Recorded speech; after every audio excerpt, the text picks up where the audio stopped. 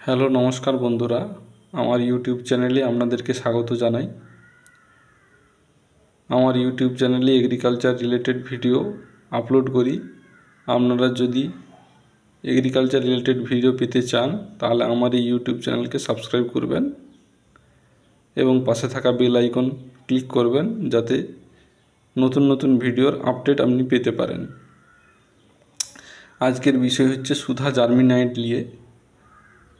যে সকল বীজের ক্ষেত্রে বীজের অঙ্কুরোদ্গমের প্রবলেম হয় বা কোনো কারণে তাপমাত্রা শীতকালীন ক্ষেত্রে তাপমাত্রা কম হওয়ার দরুন বীজের অঙ্কুরোদ্গমের প্রবলেম হয়, সেই প্রবলেম সলিউশনের জন্য লিবিক্স কোম্পানির একটি গুরুত্বপূর্ণ এবং প্রয়োজনীয় প্রোডাক্ট যেটা হচ্ছে সুধা জার্মিনাইট।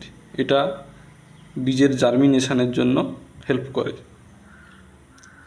সুধা জার্মিনাইট এর মধ্যে এক ধরনের এনজাইম থাকে, এক ধরনের উৎসেচক থাকে, এক ধরনের হরমোন থাকে যেটার নাম বলে জিব্বারেলিন।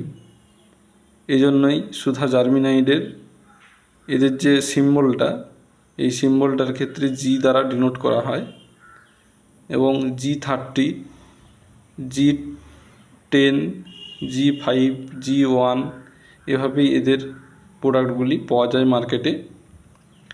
মোটামুটি G30 আপনারা ওই 40 থেকে 50 টাকার মধ্যে পেয়ে যাবেন।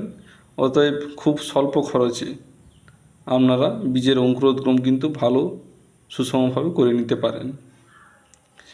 এর যদি ব্যবহার প্রণালী দেখি আমরা, এদের 1 কেজি, 5 কেজি, 10 কেজি, 30 কেজি বীজের জন্য যথাক্রমে G1, G5, G10 এবং G30 রয়েছে। সুতরাং 1 কেজি আপনারা যদি বীজ নেন, সেটাকে G1টাকে আপনাদের 1 লিটার জলে গুলতে হবে এবং তাতে 1 কেজি বীজ দিয়ে আপনাদেরকে ভিজিয়ে রাখতে হবে। এবার বিভিন্ন ফসলের ক্ষেত্রে বিভিন্ন রকম ভিজিয়ে রাখতে হয়, মানে বিভিন্ন রকম সময় ভিজিয়ে রাখতে হয়, সেটা আপনাদেরকে জানতে হবে। যেমন ধরুন কফি, লঙ্কা, বেগুন, ভেঁড়ি এই সকল ফসলগুলির ক্ষেত্রে বীজকে 3 ঘন্টা এই জার্মিনাইট জলে ভিজিয়ে রাখতে হবে। আবার কিন্তু ধান যে ফসল, এই ধান ফসলের ক্ষেত্রে কিন্তু এই সময়টা একটু বেশি সময় ভিজিয়ে রাখতে হয়।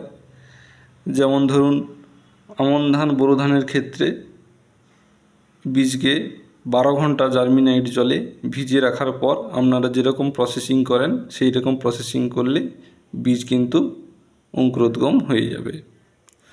আবার ধরুন গম, পাট, তৈলবীজ, সরিষা, তিল এইসবের ক্ষেত্রে বীজকে একই রকম 3 ঘন্টা এই জার্মিনাইট জলে ভিজিয়ে রাখতে হবে। আবার লেগুমিনাস ক্রপস, যেগুলো বিভিন্ন ধরনের কলাই, লেগুমিনাস ক্রপস, সেগুলোর ক্ষেত্রে কিন্তু বীজকে প্রথমে 24 ঘন্টা খালি জলে ভিজিয়ে রাখার পরে এই জার্মিনাইট জলে 2 ঘন্টা ভিজিয়ে রাখতে হয়। তারপরে কিন্তু আপনারা প্রসেসিং করবেন এবং দেখবেন 100% জার্মিনেশন হবে। অতএব আমি প্রোডাক্টটা দেখিয়ে দিচ্ছি একবার।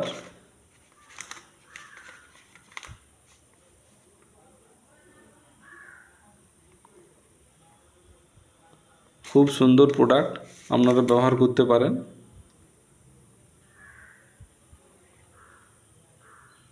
আপনারা এই চ্যানেলকে সাবস্ক্রাইব করে রাখবেন এরকম ভালো ভালো গুরুত্বপূর্ণ ভিডিও আপডেট পাওয়ার জন্য। ধন্যবাদ।